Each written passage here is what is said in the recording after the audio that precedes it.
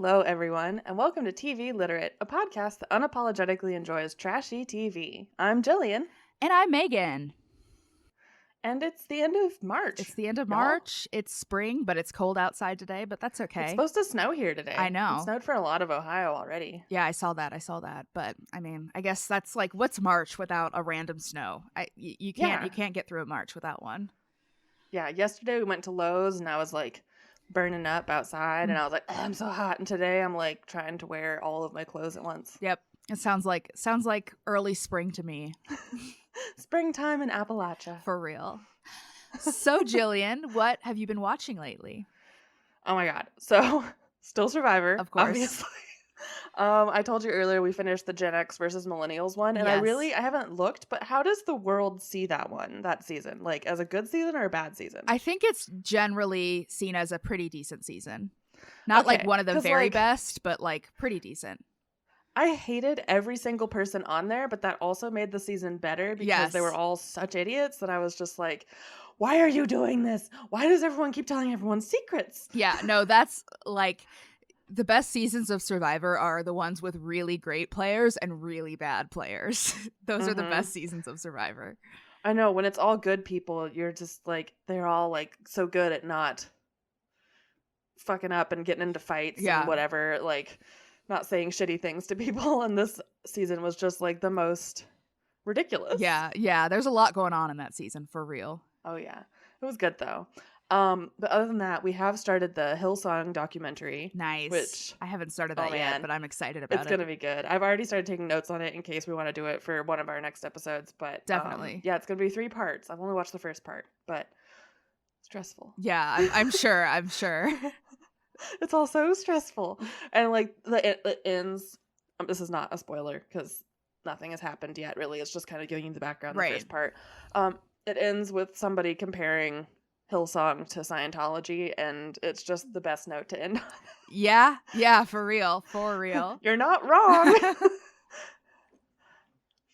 Yeah, so that is what I have been watching. What have you guys been watching? What have you been watching, Megan? Well, not a ton. So first of all, on the same note as Survivor, we've been watching the current season as it airs, and holy fucking shit, this week's episode was like one of the best episodes I've seen in a really long time. Like just jam-packed full of stuff, like really dumb decisions, but like it's just so good. It was so good. So if you're interested in watching Survivor, I think this is going to be a really good season. Hell yeah. And then other than that, the only thing I've watched is something I've watched like a million times before, but I started because I saw season 3 and 4 of Teen Mom 2 are on Netflix. And I had wondered why you started tweeting about Janelle again. I can't. It's just there's just so much, but honestly, I'm so sorry. I can't go to jail that day. I've got a Kesha concert. That's why I got all these feathers in my hair. You don't understand. It's not just a concert. It's Kesha. She's my idol. Kesha. Yeah, just like that's honestly some of the best entertainment out there, and it truly makes me feel a lot better about my life. Yeah, no, that's reasonable. Like, and just my logic. Your choices. Yeah, I just like you're not always out smoking reefa with Kifa. Not with Kifa. But yeah, I don't know. It's just it's entertaining, and it's been a while since I've seen these episodes, and it's just there's just always so much going on, which I love. So yeah. Teen Mom. I used to watch Teen Mom a lot, but I haven't watched it a lot since. Yeah, I haven't watched like the most recent seasons because like it's boring now. They're not teens anymore, and like the kids are like, you're like, this is just Real Housewives of Teen Mom. Also, it just like, I mean, and obviously this can be said for the whole series, but it started to feel really exploitative on the kids who are now like 10, 11, 12 years old and know what's going on. They didn't ask to be signed up for this. Their mom did. Like I always just feel like awkward watching them like talk shit about one of the kids' dads. Like it makes me feel weird. So yeah, haven't watched much of the recent ones, but the old ones are classic. Old one's still good. Still good. Back when MTV was in its glory days. Yeah, for real. Damn, those are the days.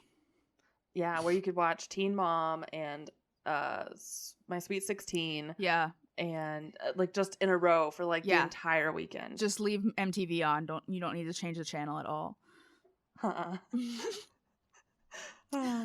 All right, so today we're going back to the Bates. Of course, we're continuing on with season 8. Back to the Batesics. God, I hate us. I'm naming the episode that. I hope so. It's good. I mean, it's awful, but it's good. It's great, but terrible. So the first episode that we're going to talk about today is called The Maine Event. Maine as in the state, of course. The state of Maine. Yeah, because guess what, bitches? We're going to Maine for some unknown reason. We don't know why. For Carlin. Carlin doesn't know she's going there. Has never probably considered the state of Maine, but she's going there now. She's going. To get engaged. Oh, yeah. Maybe. Yeah. I wonder what's going to happen. Say no. I wonder how this is going to end. I wonder how this is going to end when she says, like, I just didn't think anybody would ever love me. Yeah. That's sad. Yep. So, Evan and Carlin and both sets of their parents are in Portland, Maine. Mm-hmm. And Carlin says, I don't know anything. I'm just following his lead. And I said, get used to that, honey. That sounds like that's going to be your life for a while. Yep. Follow your headship. Oh, God, no. Keep sweet. Sorry. No, it's okay. The first thing that they do, of course, is they have to get some lobster. They go to a lobster restaurant. But the problem is that Carlin hates seafood and is not willing to try anything. So, which, like, it's fair if you hate seafood. Yeah. And this was definitely much better than like their earlier episodes. They're like, we don't like food that's not American. Yeah. And it's like, it's literally caught right on the shore of America. Yeah, you can't get much more American than Maine. Like, that's pretty American. Yeah. Yeah, they got the lobsters. They're their lobsters. Mm-hmm. I just loved how they went to this like lobster restaurant, like for lobster, and Kelly just goes, I hope they have something other than lobster here. It's like, I know Carlin got a cheeseburger. Yes. But Evan got a lobster roll. Yeah, definitely. And I think Gil got lobster. Because I think he likes fish, right? Kelly doesn't like fish. Yeah, I think that's right. And then Evan, of course, has to scare Carlin with a live lobster while they're waiting in line. Well, I'm sure Gil egged him on a little bit because, you just love hearing your wife scream. Oh, yeah. That's one of my favorite things. Love that. God. Love it. God. Love it so much. Okay, so then after the lobster, they're carrying the lobster. They haven't eaten it. They're taking it to a picnic. Right. And so they go and they get rental bikes from this dude who is... I would probably be this dude if I ever met the Bates, like where you're just like, all right, here's a good picnic spot, I guess. Yeah. But yeah, of course, he like tells them like the best route to get there and everything. But of course, I don't think they were listening at all. And they get lost, Evan and Carlin. And so Gil and Kelly and the other set of parents are like at the picnic place being like, where are they? And they're freaking out because they left on the bikes alone, just the two of them, with what God could they as be their doing? chaperone. Only God. Oh my God, that's. They're biking. He might see Carlin's knees. Oh, that's wholly indecent, lusty and sinful as hell. But they do finally make it with the help from Gil. And they have a picnic spot in like a grassy area overlooking the water. It's very pretty. It was very, very idyllic views. For sure. And Evan tries to get Carlin to try his lobster, and she kind of did, but it was not for her.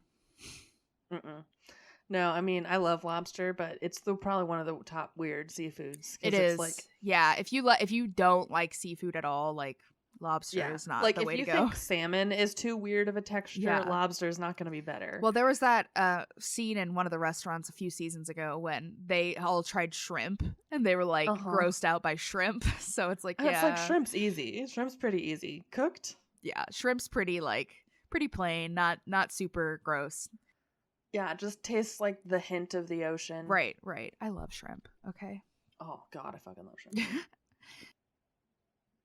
So then, I guess it's the next day, and it's the big day, not the wedding, but the proposal.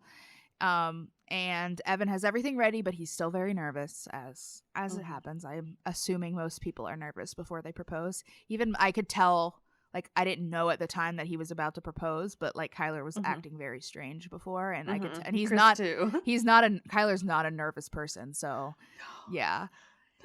Kyler nervous is like a dog walking on its back legs. Yeah, for real. You see it sometimes, but it's always like notable. Yeah, you're like, huh. Yeah, so they're back at the rental house. Evan is stressed talking to his dad. He's stressed he might rip his pants, which cracked me up. Yeah, that's like, what a specific thing. Like, I mean, but I guess I get it because you're being filmed for everyone. Yeah, so that is true. That would not be good. That would not be good. That's added stress on top of just the regular. True. Like, I'm getting engaged stress. It's like I'm getting engaged in front of all of Up TV's probably thousands of viewers. Yeah, right. But the parents actually get to the proposal site, which is in front of this lighthouse, to get everything set up. Of course, they only have 30 minutes to do all of this because of course, it's the Bates and they can't do anything. No one could have run out a little early to start this or anything. Nothing could have been planned any earlier than 30 minutes before. No. And Aaron, who has been the like mastermind behind all of this, came up with the idea to do single white roses in vases to line the path. Which, like, okay, but like, it's a gravel path, and a public path, and it's not like a way there. Yeah, it didn't work very well. Let's just. It wasn't great. Put it that way, but that's okay. We'll let it slide. It's the thought that counts. Yeah. And they also have a cellist there to play a song that Evan picked, so they can dance because that's key. That was fucking key. Which I didn't think they were allowed to dance. So I don't think they are, but I guess when you're getting engaged, it's okay because you'll have to dance at your wedding. Maybe I don't know. Maybe I feel like no, they don't dance at weddings. Carlin's going to hell for wanting to dance at her proposal. She's a harlot for real. Like, oh my god. Their bodies that close together for that long. That's how you get pregnant. That is exactly how you get pregnant. Yes. That's how you get pregnant and get chlamydia and die. Oh God. So Evan picks Carlin up in a limo and she's already losing it like immediately.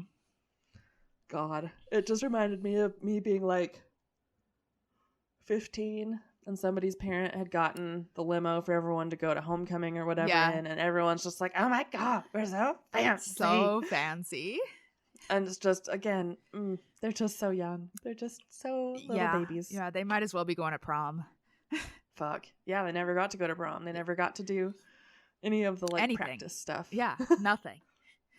But yeah, so they arrive at the lighthouse.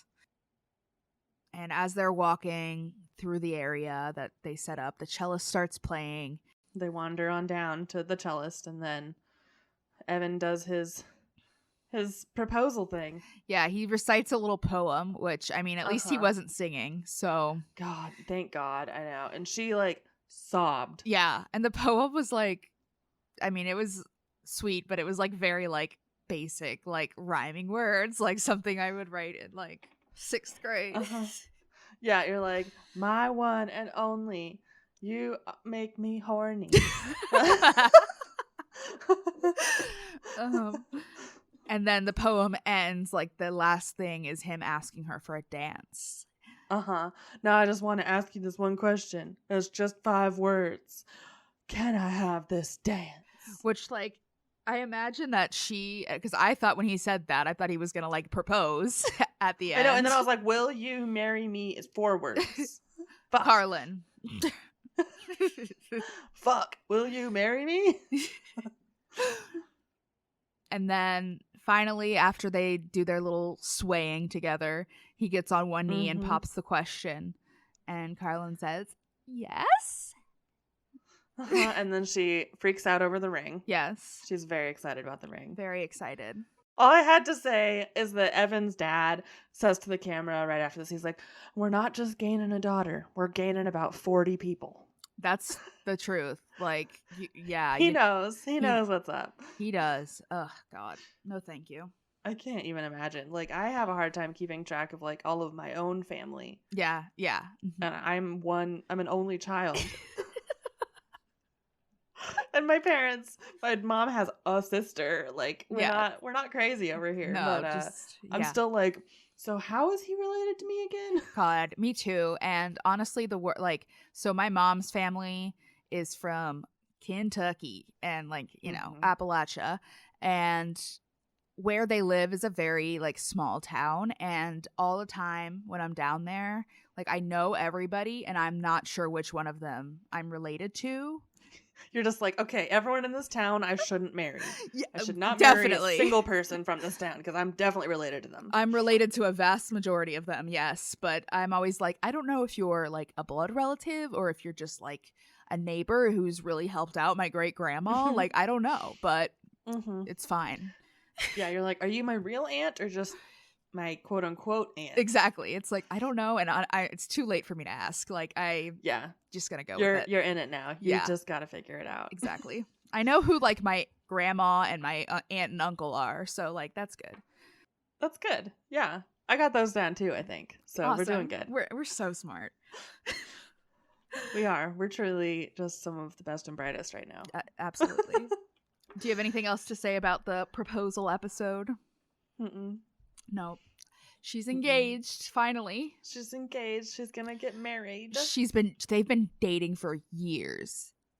For years. And Josie's getting married before her. Oh my gosh. Even though she's younger. Which, gross. Yeah. So, the next episode is called Bait and Switch. Yep. Oh, See, God. this is why I want to name it whatever we said earlier, because they're just really, back to the Batesics. Yeah. Because season 9, they might fucking use it. Probably, yeah, definitely. So, oh God. So this starts out, it's Katie's 18th birthday, or I don't know if it's her 18th birthday exactly on this day, but she's turning 18. Yes. Which I guess is a big deal because now you can get married. Yeah, now you're legal, and she doesn't even have a boyfriend. I know. She can't get married right now. God, I know. But Katie hates being the center of attention, so they're going to surprise her by being the center of attention. That sounds like the absolute worst thing you should do. Oh, yeah. It's the same thing as when they had Tori. Yeah. And they did Tori stuff. Because then they switched to the talking head of Katie being like, I don't like surprises. Yeah. It's like, then how about you don't do that on their fucking birthday? It's like so annoying. Right. And then on top of that, okay, so it's not Katie's actual birthday, but it is Isaiah's actual birthday. And so they're using that as like, it's Isaiah's party, but they're having a party for Katie, which like, I feel kind of bad for Isaiah because it's like legitimately his birthday.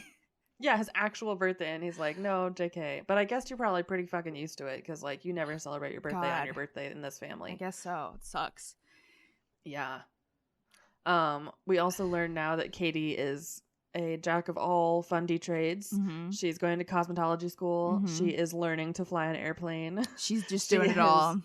She's doing it all. She, I think she's married now, but like maybe she's not. She got married in December, yeah. Hell. Yeah, now she lives in New Jersey. Oh, well, better than Tennessee. Yeah, probably. Yeah. So yeah, they have Isaiah stand up to receive birthday praises, but then they say, wrong birthday, we're celebrating Katie. And so they do Katie's praises. Yeah, and she couldn't like figure out what was happening for like a solid minute. She was like, what? Yeah. And they're like, we picked pizza and ice cream for you. Like, that's your thing. And I'm like, isn't that like a lot of birthday parties? That just sounds like regular old party food to me. Yeah. Yeah. Like those are, I think, crowd pleasers. We went to your house and ate pizza. Yes. Was it your 18th birthday because you love pizza and ice cream? No.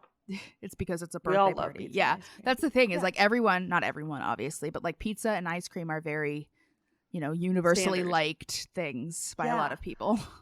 Yeah. It would be like more of a thing if they're like, oh, haha, didn't you notice that we're at the fancy olive and hummus place because you love hummus? Like, that would be weird. That would be weird.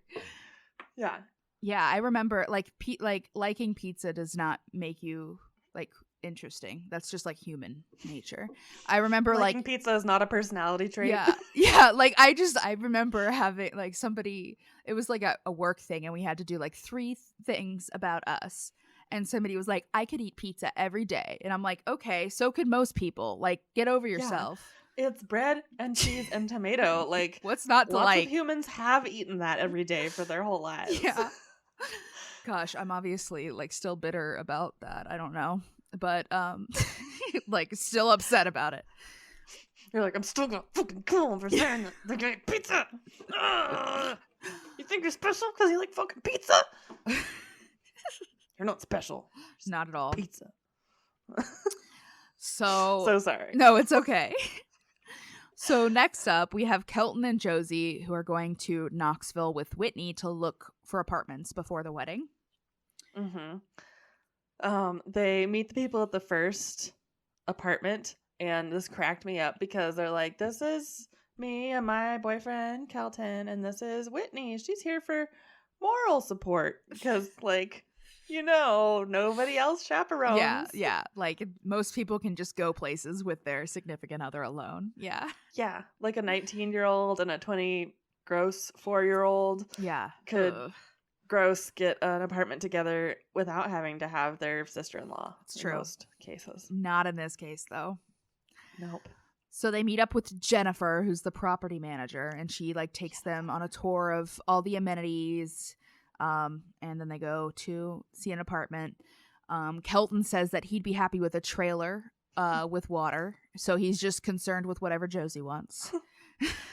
Which I know, and they're like, I have never, ever gone into an apartment and been like, this is too big. Yeah, no, that's not a concern for me. No, they're like, oh no, these rooms, we just want something small. This might be too big. And I'm like, there's no too big when you're talking about like budget apartments. Like, they're not doing luxury like 2-floor apartments. They're looking at like right, especially the like bluffs down the street. Especially when it's like the first place that you're sharing together. Like, a lot of space is probably good. Like spreading out, having spaces like for each person is probably a good thing, especially since you've never been alone before. You're gonna get pregnant immediately, probably, so you'll have a baby within one lease. I think she does get pregnant like immediately, so that's coming fertile in the next few episodes, I'm sure. How are they so fertile? I don't know. I know so many people who had like unprotected sex when they were younger, like, when I was young. Yeah. And like none of them got pregnant. I don't know. These people have sex once on their honeymoon and they're just like, boop. Yeah, I don't know. I truly don't know. It's taken me 2 years and I still haven't had a baby, so I don't know how people are this fertile. I don't know, but it's not fair. It's not fair. They should share their fertility. Really? They're hoarding it. They're hoarding their little fertile crescent. Rude. So, yeah, they liked the first apartment, but like you said, they thought it might be a little too much for them, a little too big. So big. That 2-bedroom apartment life. Huge. So huge. So they go to another apartment, which is maybe a little bit out of their price range, but they want to see the best of the best. This one was nicer. It did have granite countertops instead of like the weird Formica matte ones. Yeah, and it was Josie loved it, and I'm pretty sure she loved it because it was like completely gray. It was such a gray apartment, and like she's a gray, neutral beige type of girl. Yeah, she's like, I want my room to be greige. Greige. I did actually use greige, I think, in the next part of this because that's what her bridesmaid's color was. Yep. Kind of a purple greige. Yeah, for real. That's like her thing. Yeah, Josie says she wants a 1-bedroom because if they have 2 bedrooms, a lot of people are going to want to come to stay the night. I mean, I get that. Yeah, I do get that for sure. Save yourself, Josie. Save yourself. Yeah. But they like this one a lot too because the location is really good. It's like 2 minutes from where Josie works. And so they decided they're going to pray about it. They will. God will tell them what to do. I don't understand that like phrase, like pray about it. Like to like make a decision that you can just come to. It's because God's going to guide you. Okay. You can't decide yourself. God must. Maybe. All decisions are in God's hands. Yeah. Like I understand like praying for someone or like praying that something turns out good, but like I pray that I can make a decision. Stupid. It's just weird. I don't know. It's like, why don't you just like use your logical brain? Take some responsibility and make your own fucking decision. For real.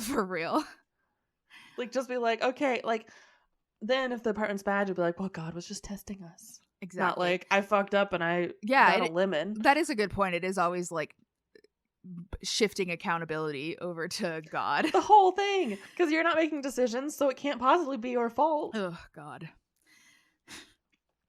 You're just God's vessel doing his will. I guess so. No free will for yourself. Great. Love it. Only God's will. We love it. Love it. Love it.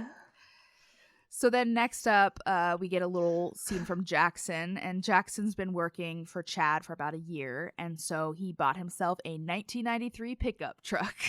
As I called it, the 1993 Shitty Ford. Shitty Ford, indeed. I loved, there was a quote from Judson in a Talking Head where he said, Jackson talks about his truck so much, you literally have to hold your ears. I wrote that one down too. It's so it. good because it's like, just stop. It's just a fucking truck. It's an fine. old shitty truck outside that you're trying to fix. I don't want to hear about it. For real. So there's a lot to learn, a lot of fixes on this old truck. So Jackson and Gil and a bunch of the boys are out working on it. Mm-hmm. And he said he bought the truck for $840. And you've been working for Chad for a year. You should be able to save more than $840 working from home. You'd think. You live at home. Yeah.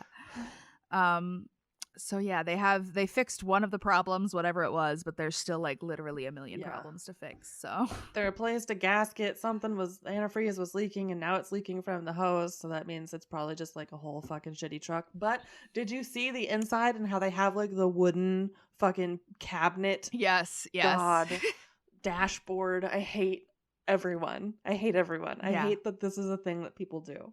Yeah. Wood paneling was bad enough when it like just came with the car. Please don't add more. Yeah. We're good. Now we're on to Mount Sterling, Kentucky to go see Miss Renee. It's Miss Renee time, baby. So Josie's in for a fitting along with some of her bridesmaids to try on their dress. So they brought the dress that they bought from New York to Miss Renee for alterations. Mm-hmm. And she tries on the dress, but it's really tight and there's like no seam allowance at all. So she has to just start cutting.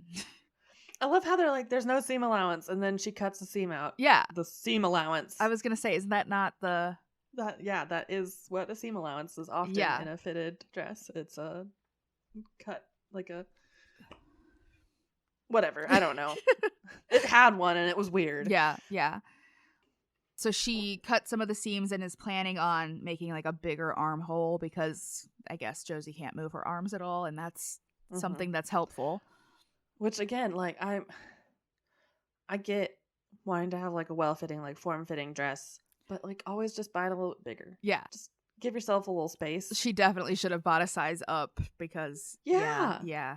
Especially in formal wear, always buy a size up because it's easier to tailor it down. Yeah, definitely. A couple months before the wedding than have it let out. Yeah, because there's only so much you can do in some regards. So then the bridesmaids try on their dresses, and they're greige. They're greige. Yeah, they all have like different dresses, but they're all the same color. Except for Katie. Yeah. Because Katie's they bought online and it looked like a potato sack. Yeah, it was hated true. it. But yeah, I don't know. I kind of hated them. But whatever. It's like that fucking brown ass wedding that they had. One of the early kids. I think Michael. I think it was Michael and Brandon's wedding. Mm-hmm. Yeah. Yeah, Michael and Brandon, and everyone was dressed in like UPS brown. Yeah. I don't know. I just like whatever. Everyone has their own style, but I love color, and so yeah. I don't know. I love color too, man. Like I don't know, man. Yeah, man. I don't know. I don't know, man. I'm teaching Chongin over here, but like, I don't get it. I don't understand why people like. I understand not wanting to put people in like hideous dresses because like the 80s aqua and like bright purple and fuchsia and shit should be stopped. Mm-hmm. But like, you can have like navy or like burgundy or like a real color that's not just the inside of a model home in a affluent suburb. In America. I don't know. And that seems to just be like a lot of the Bates is like aesthetic for their kids too, is like neutrals, boring colors.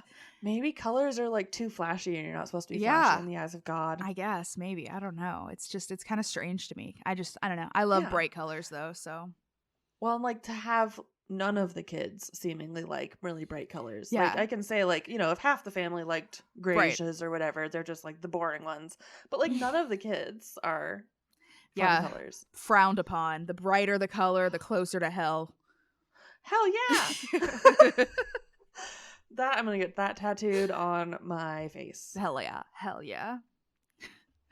So, yeah, Katie's dress isn't going to work like we said, but all the rest look good. So it was a successful trip to Miss Renee's. It was. They went and saw good old Miss Renee, their miracle worker. God. Yeah, for God's real. vessel. All right. Do you have anything else to say about this episode, or should we move along? Let's move along to the big long day. Boy. Yeah, big day. The big 45-minute episode. So this one is called A Bride, a Groom, and a Love That's True. Is it? I don't know. This is just such a weird title. Like, okay. Yeah. Okay. Yeah. I don't know. So it's a couple of days before Josie and Kelton's wedding. And Miss Renee is here. We're back already right off the bat with Miss Renee to try on the dress that she had altered for Josie. Yep. We got to know if we got to really rush it or if it's going to fit. Yeah. So they go into Katie's room and try on the dress, and it was Callie was there, and she was excited but really sad to see Josie in her wedding dress, which again goes Josie to like the Oh, weird. go ahead. I just we've talked about it many times before about how like sad they are about weddings. I know, like, I'm losing my sister, and it's like, no, you're still gonna see her. Like, she's still your sister. Yeah, you can she's have not even more moving, relationships like, than far. one. Yeah. It's things are gonna change. I mean, I get it, I guess, but it's just like should be a happy thing. Yeah, and it's just kind of, I think, brutal on these kids where, like, they don't have it where they move out at 18 to go to college or, like, move out to go, live with friends or whatever. Like, yeah, this you just is have to do all of the adulting all at once. Yeah, and that's probably pretty traumatizing for the little ones, too. Yeah, God. You're not coming back on weekends on spring break and stuff to, like, that's true. Even it out. That's true, yeah. But Josie tries on this fucking dress, and she's like, I want it looser. I don't like how this makes me look. Da, da, da, da. And then she's like, wait, let me put my glasses on. Yeah. And she puts her fucking glasses on, and it looks good. And she's like, oh, it looks good. Like why would you not put your glasses on to start with? Like, what? Truly. Like, you want to see what it looks like, do you not? Yeah. I don't even know. Like, I don't. Oh, yeah, then this was before she put her glasses on, but Josie was like, oh, it makes my hips look big. And then Kelly says, but guys like that. But also, it doesn't. It was like, no, it did almost not. an empire waist. Like, it didn't make her look big at all. No, not at all. She just looked like a teeny tiny little girl. She looked tiny, for sure. Kelly has a quote where it says, with Josie's wedding outdoors, you'd think there'd be a lot less to do. And it's like, nope, that is the opposite of the truth. Outdoor weddings are so much more work. Well, not always, obviously, but like... Yeah. Especially at like a non-specific wedding venue. Exactly. Like when we were looking for venues, we looked at a couple of outdoor venues because I kind of wanted to get married outside, but then we decided not to. And it was like you had to do everything by yourself. Like you had to like rent a tent. You had to find, and it's just like so much extra work to do it outside. And so like if you're going in to a wedding thinking, oh, outdoor wedding is gonna be easy. No, well, it won't. Because God's decorating. God is, I think Kelly did say that at one point. She's like, God's decorating for us. Oh, God. I hate that. Yeah. But they have the little girls painting these lanterns, which I did not actually see in the actual wedding anywhere. I didn't either. I don't think they fucked them up so bad that they couldn't do it because they were just having these little girls gold spray paint on these white lanterns, and it was like gloppy and like dripping, and like they didn't know how to do it because they're tiny children. Yeah. Spray painting is not as easy as I think a lot of people think it is. It's like, no, and especially with a metallic spray paint. Yeah, for sure. But thankfully, I was so happy that they hired a professional metal worker to make the frame for the backdrop for Josie's wedding, because that's like so un-Bates-like of them. But thank God they did it. I don't think they paid him, though. Well, I think they said, thank you for volunteering this effort for the Lord. So, like, even better. Like, you're a pastor of your church using your influence to get someone to make stuff for your child's wedding. Which... God. Whatever. Yeah. He seemed happy to do it. Yeah. And It was just like this huge giant hoop. Hoop. This part stressed me out so fucking much. I cannot describe how stressed out I was when I was watching this. I have to say I wasn't that stressed because I was really hoping Lawson would fall out. For real. So they have to get this huge, like, I can't even describe how big it was. It was huge. Yeah, it's like a 10-foot in diameter rebar hoop, and there's 2 of them. Yeah. Because it's 2 hoops, one for Josie, one for Kelton, and then 18 connections for all the siblings to hold all the fucking ferns and shit she wants in there. And they put this huge fucking thing upright in the truck, strap it down on one part, and then just put Lawson in the back of the truck with it. Yeah, I loved how in all of these scenes, I don't know if you noticed, but every time they showed them in the truck, they had a little like disclaimer at the bottom that said "Do not attempt." I know, I wrote that. I wrote that down. I was like, "Do not attempt." Yeah, don't worry, I won't. Yeah, I'm definitely, and they weren't like going down the road. Like I would do it if like I had to carry something from like my house to your house. I would stand in the back of the truck. They went on a fucking highway. Yeah, no thanks. And Lawson's just like in the back with his phone out, like taking a selfie, videoing. No, it was so stressful. I hated it so much. God, maybe they are really just ready to die at any point in time. God, I guess so. They're just asking for it. Right? Like, I mean, don't tempt God if you are gonna fuck around. For real. Sometimes you'll find out. Fuck around and find out. Exactly. So Kelton's dad is planning the rehearsal dinner with the help of his mother-in-law and his daughter. And this was like the best rehearsal dinner. It was so pretty and the cute Bates and could nice never. And on theme. Yeah. It was like, it even had like a circle thing of leaves on the ceiling like she had for the background drop. And like, yeah, you could tell that they had planned it like far in advance and like really put a lot of thought into it, which like is not like what we usually see on this show. So I have one question, and I can't answer it, and I don't know, you won't be able to answer it probably, but maybe someone will know. Good. But Mr. Balka said that his sister-in-law's name is Kim Davis. Is it the Kim Davis? Oh, God, no. I looked, and I couldn't really figure it out, but, like, is it the Kim Davis? I mean, it could be. I imagine Kim Davis is probably not that rare of a name, yeah, but she was, like, blonde and kind of looked like her, too, and, like... Oh, God. We'll have to do some digging, but if anybody knows, please let us know. If anybody has seen this Kim Davis that's related to the Balkas and knows that it is a different person from the Kim Davis who's like, I won't give marriage license to gay people because I hate gay people, then let me know. It would not be that surprising, would it? I know. That's why I was like, no. Yes. No. Maybe. I don't know. So I had to put it out there. Yeah, definitely. So they're having barbecue, of course. Mm-hmm. And yeah, I don't know. I just thought it was nice that they like really went out and decorated and made them feel like really special, which was nice. Yeah, it was really nice. And like I can see where Kelton gets his like romanticness. Yeah. Ugh, okay.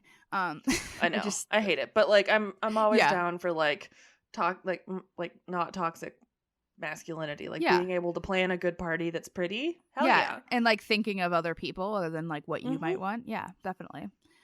So they decide to do the same thing that Tori did, which is do the dinner first and then do the rehearsal, which seems like a good bet for this family. Oh yeah. Just don't bring the little tiny children. Just let them go to bed. Just exactly. So then they do some speeches. Kelton's dad gives a speech. Alyssa, who is Josie's maid of honor, gives a speech, and they talk about how like Josie was her partner. They talk about the partners. And so basically Alyssa was her mom is what they mean. Uh-huh. Yeah. Yeah. Alyssa's her mom and Josie's Alyssa's child, and Kelly didn't have anything to do with it. Pretty much. Kim, Kelly, all of these I know. fundy names are the same. Pretty much. And then Bobby is Kelton's best man, so he gives a speech. And he talks, of course, about the time when, they couldn't date because Josie was literally 14. I know. And Kelton called, and he was just so sad when the decision was made to step away. Because you were 19, and she was a 14-year-old. Yeah, like... You could be in college, and she would be in middle school. Oh, God. I hate this. But then Bobby said, or Kelton made a comment that like, well, if this doesn't work out with us, at least you and Tori got together. It's like okay. Well, always look on the bright side, Kelton. I guess, yeah. I don't know. It's still so weird to me. Like, I just wonder, like, did they have like a meeting beforehand? Like all like Bobby and Kelton and Evan and like decided to like swoop in, and it's just like weird. I don't know. I think they all lived together through college. So like I think they literally like planned on finding a big Christian family because, you know, they are fundamentalists. So they were going to find a big Christian family where they could all marry into it, because I honestly think at least one of them's in love with the other one. Ooh. At least. Could be. I think so.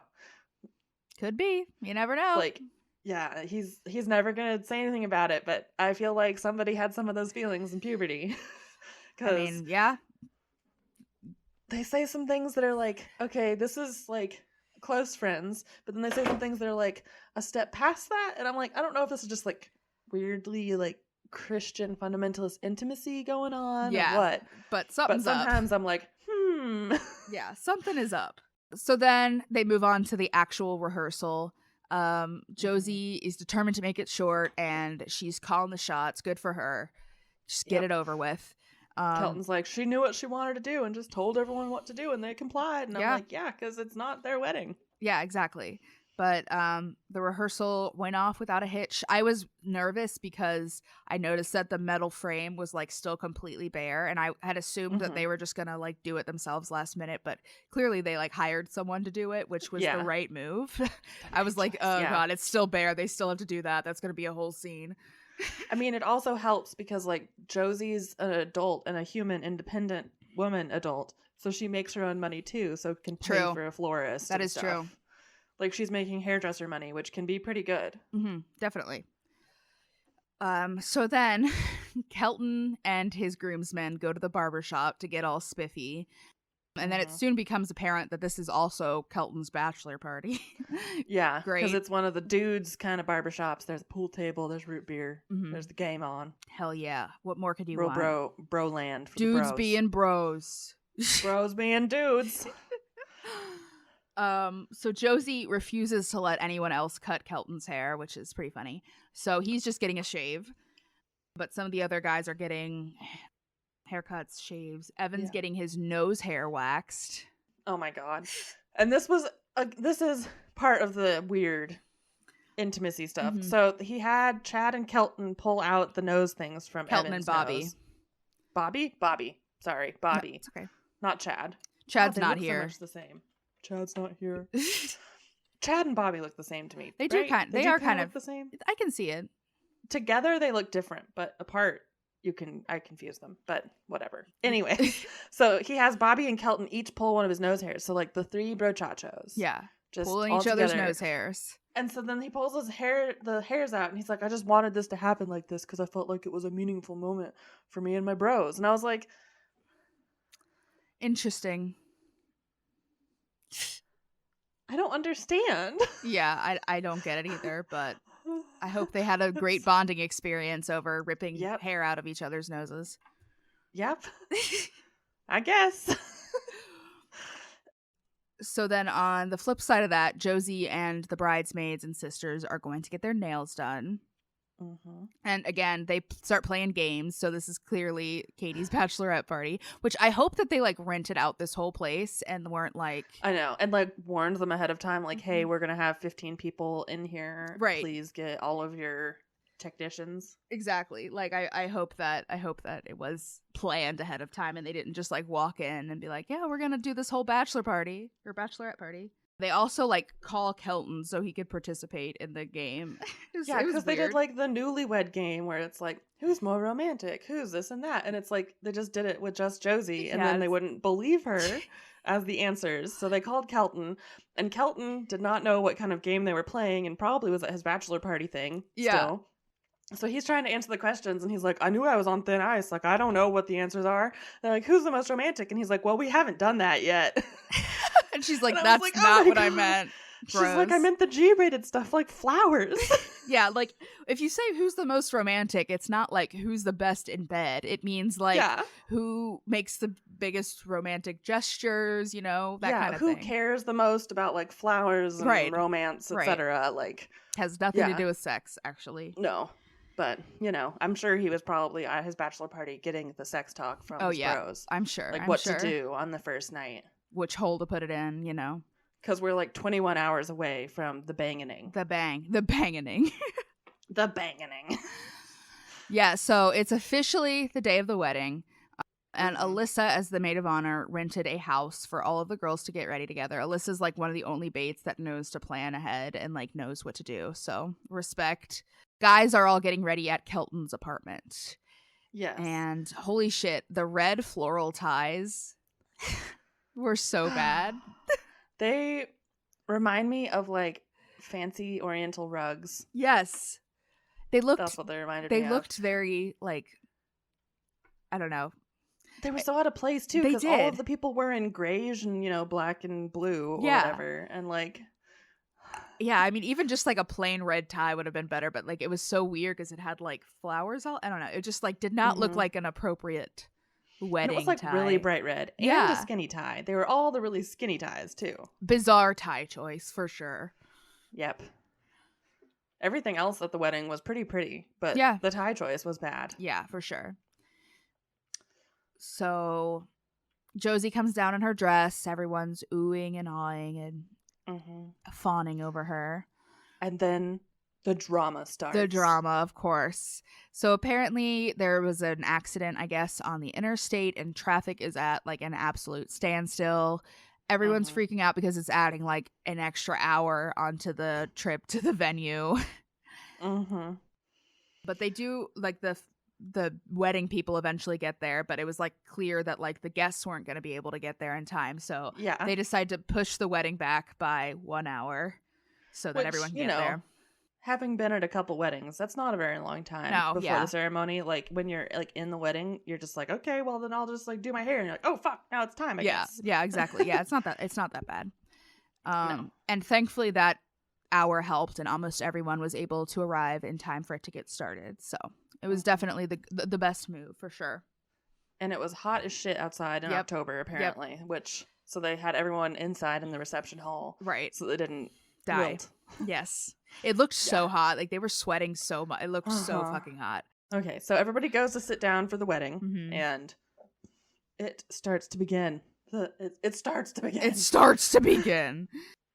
So they have all the families start walking in. Kelton's dad walks in alone because usually you walk in with your wife when you're the father of the groom. Yeah. Yeah. But she's dead. Yeah. So which made him really emotional, which was actually really sad. Like I felt sad. Really bad for, I don't know, just like I can definitely see that being like a really emotional thing to see, like your dad walking alone. I can see that being sad at your wedding. Yeah. And like I think probably Kelton, this is probably his first time. I mean, he's still a young dude, and I'm sure his father has sheltered them from a lot of stuff. Right. I'm sure this is like the first time he's really like considered that could be like, what would I do if Josie died? Yeah, definitely. How would I feel? Yeah, awful. Yeah, you know, have some free therapy while you're standing watching your dad walk down the aisle. exactly. So then Josie walks down the aisle with Gil, of course, and Kelton is absolutely sobbing as she walks down the aisle. Yeah, like not just like cry with your eyes open, sobbing, like had to cover his face, sobbing, scrunched up, full crying. Yes, for sure. Which I get it. Yeah, definitely. I hated though that when Gil was like, Kelton, it's a valuable thing we're handing over to you. It's like she's not a thing. She's a human. She's a human, and she's probably invaluable because you wouldn't pay money for your own daughter. Yeah. No. I hate it. Hate it. Yeah, Gil's whole like ceremony was, I mean, I know it's just like probably the standard IBLP kind of stuff, but it's just like, ugh. Yeah. And I know they cut so much of it because like we've seen some of the like raw video footage of the weddings, and they're like, oh, do you promise to be part of the headship and the keep suite and they cut all that in these. I do think it's interesting.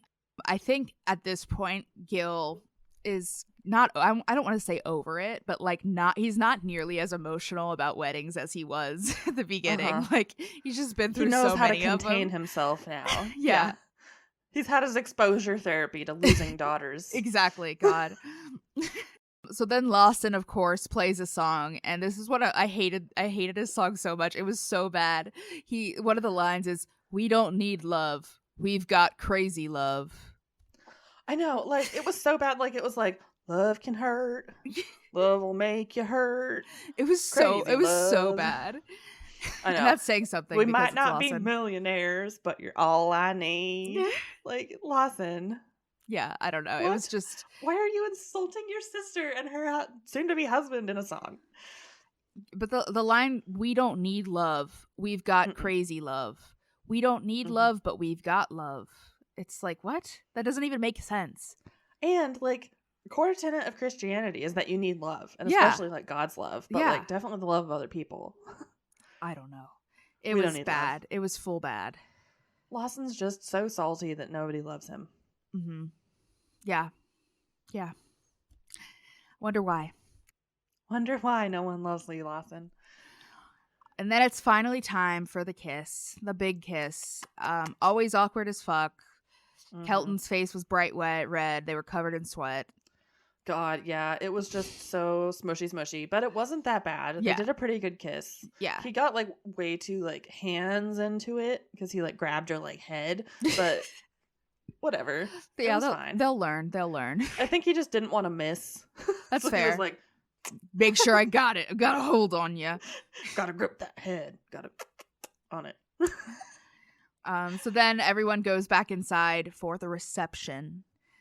And Josie smashes the cake in Kelton's face. And then she says he's gonna be upset for a minute, but he really can't be because we're married, which, ooh, red flag there. Yeah, he can't be upset. You're allowed to be upset if you're married. You don't have to accept everything your partner does when you're married. Very true. But I think the undercurrent there was definitely, I just smashed cake in his face, but he's going to have a different cake in his face later. Oh, yeah, definitely. That's definitely what she meant. Yeah, like, I'll get this one little thing in, and then he'll get his thing in. Yeah. God. Sorry, I hate us. My body just cringed. The whole thing. Every sphincter just cringed in my body. Oh. Your body just took a screenshot. All right. Do you have anything else to say about the wedding episode? No, other than that, it looked like everything was from Pinterest. It did. It did. Yeah. It was like my Pinterest board in 2014. Definitely. It was very Pinteresty, which, I mean, I feel like that is in line with Josie, so. Which, I mean, it's better to be Pinteresty than whatever the fuck some of those other weddings have been. No, definitely. Pinteresty is not necessarily a bad thing. No. It's just a little hipster. Yeah. But she's a little hipster. Yeah, and she's still a baby, so that's fine. Yeah. So, the last episode for today is called A Latte Love. Nah. No. Just no. I'm just done with it. Nah. So we start off with Kelton and Josie kind of reliving their wedding a little bit. They talk about how exciting it was. One of the most exciting things was getting in the car alone together for the first time, which, oh my God, imagine. It's so fucking brutal. Like, imagine that being exciting. I can't imagine that happening to me the very first time when I'm married. Yeah, this is literally years of practice of, like, talking to people who are your partner. Yes. Like, this is literally the first time they've been completely alone together. And they're married. Yeah. It's so fucked up. It's like, I can get it. Like, there are a lot of people who don't have sex before marriage. Yeah, but, like, whatever. Or, go up to the line or, like, kiss or whatever, Yeah. But, like... You have to spend alone time with your partner before you get married to them. I'm sorry. Like, you have to. You're just setting yourself up for horrible failure. For real. Because you're not going to know anything about each other, really. Like, no. The big stuff. Yeah, definitely. Gross. So they are going to the Bahamas for their honeymoon, but first they are going to spend a couple of days in Asheville, North Carolina. So Kelton has, like, a day planned for them in Asheville, since they both love coffee so much, and coffee's such a big part of their relationship.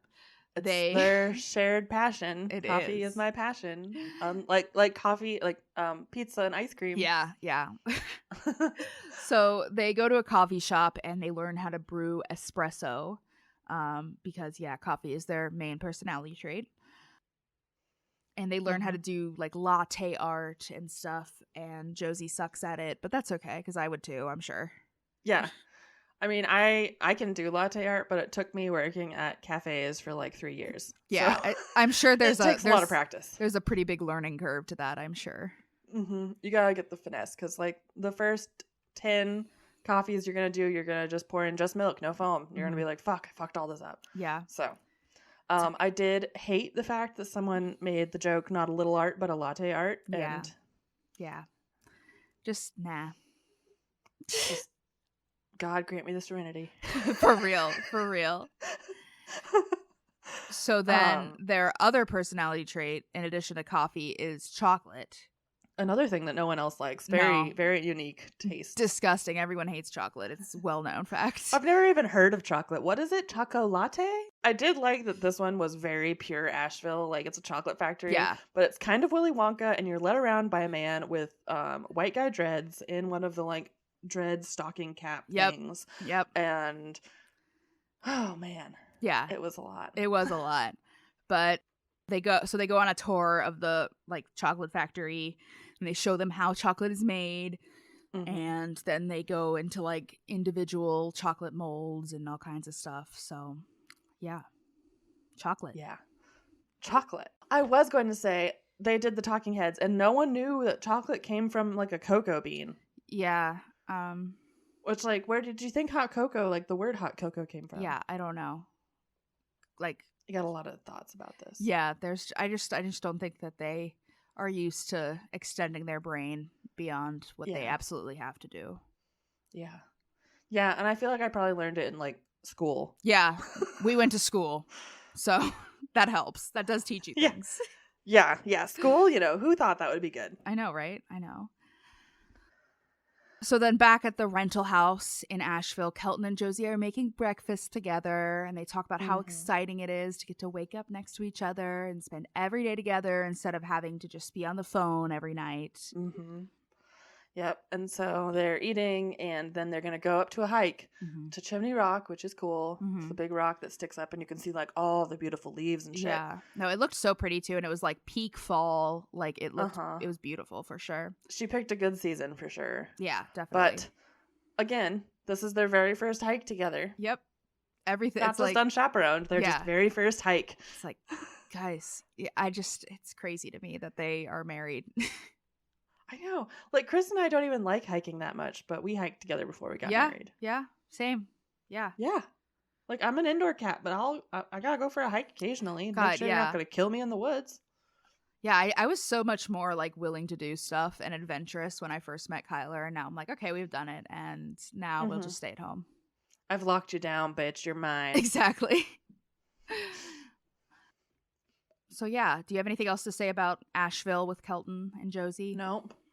But they're on now. I guess they're on their way to the Bahamas, which that's exciting.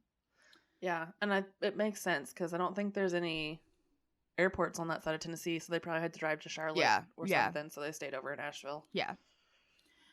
So then the other part of this episode, I guess they decided that since everyone was already in town for Josie's wedding, that they were just gonna do a baby shower like the same weekend, which I imagine was very stressful. But the Bates they thrive on this. I don't know, because they thrive on chaos because they've lived in a house with 22 people for like 18 years. Yeah, for sure. So. Yeah, some of the guys are there. I think the only guys that I saw were John, Bobby, and Gil. But and Chad I think was there too. But yeah. John, Bobby, and Gil, and Chad, yeah, and they were like, Bobby was like, Tori said that all the other husbands were gonna show up, but nobody did. No, honey, you haven't been to a baby shower before for this specific reason. Yeah, dudes don't go to them very often. Yeah, especially not traditional dudes. So then, of course, we got to play some baby shower games. So they played a game where they had everyone draw what they thought baby Cade would look like. This was fun because it wasn't like so fucking in depth. Yeah, and it was interesting to see. I mean, my drawing would have been awful, but there were some pretty bad drawings. There were some pretty bad ones. Yeah. Janie drew a baby screaming because I imagine that's how she feels about babies in general, because she hates children. Yes. Mad respect. Yep, get it? I get it, girl. She's like, I thought I did a good job. And you're like, you thought you did. Yeah. But yeah, Carlin won. She did it was like a cute little baby. Yeah, it was like Bobby's hair. Yeah, it was cute. Yeah, it was cute. So then they have a game that is between Bobby and Tori where they have to guess 15 things that are in a diaper bag that I guess Aaron put together. Yeah, it's not even just a diaper bag that's like a normal diaper bag. It's just specifically Aaron's diaper bag. Diaper bag. And it was so weird too, because she was like, everything in there was like, I got hair ties for me, and like, which like I'm sure like you do have in your baby shower or in your baby bag, but like the point of the game, for I think, new mom baby, it would be like diapers and wipes, medicated creams and powder, wipes exactly. Yeah. And then maybe like a hairbrush or dry shampoo or something for you. Yeah, it was pretty funny though, because it was just like random shit that was in Aaron Payne's baby. And she just showed off each piece like it was so like spectacular. She's like, a hair tie, like Vanna fucking White.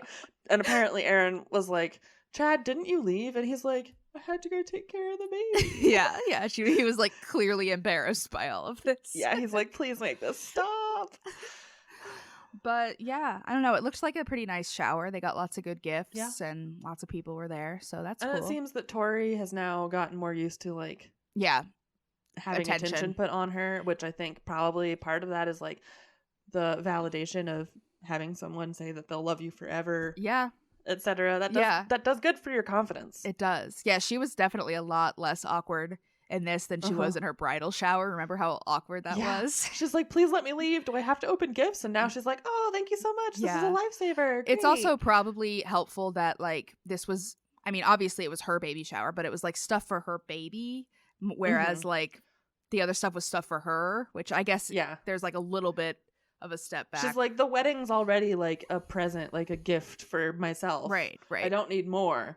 But for a baby, I will need baby stuff. You do need baby stuff when you have a new baby. So baby showers are helpful. Yeah. But yeah, do you have anything else to say about these episodes? No. No. We're done. Pouting. We're done. These were lots of stuff happening in these episodes. Yeah, there was a lot happening, but nothing egregious. Yeah, they were all pretty, like, at least it was like all stuff that we were expecting. Like following up Whitney's like abusive parents fucking weird shit. This is like normal people shit now. Yeah, exactly. Like we had to do that, and then we had to talk about Whitney's miscarriage. Like at least this was all like happy stuff. Yeah, this is like an engagement, a party, the baby shower, wedding, all kinds of stuff. But if you have anything you'd like to say about these episodes or any of our other episodes, if you have like suggestions for things you want us to watch, or if you just have something to say, you can send us an email at tvliterate@gmail.com. Also, if you know if Kim Davis is related to the Balkas, please let us know. I have to know. Is it the same Kim Davis? Because that would just be too small of a world. It would be, for sure. But you can also find us everywhere on the internet at TV Literate. We are on Reddit, Tumblr, Instagram, Facebook, Twitter. We're everywhere you can think of. And if we're not there, let us know if you need us to be there. But send us any tea, any interesting Facebook posts you see, any gossip. We want it all. Gossip. We want it all. We want to know. We want to hear from you. We want to talk to you. Definitely. We love you guys. We do. If you want to give us a couple bucks to help with our podcast hosting fees, you can at ko-fi.com/TV Literate. Yes. And if you have a moment and could leave us a review, that would also be very helpful as well. And we will see you guys next time with another episode. Bye-bye. Bye.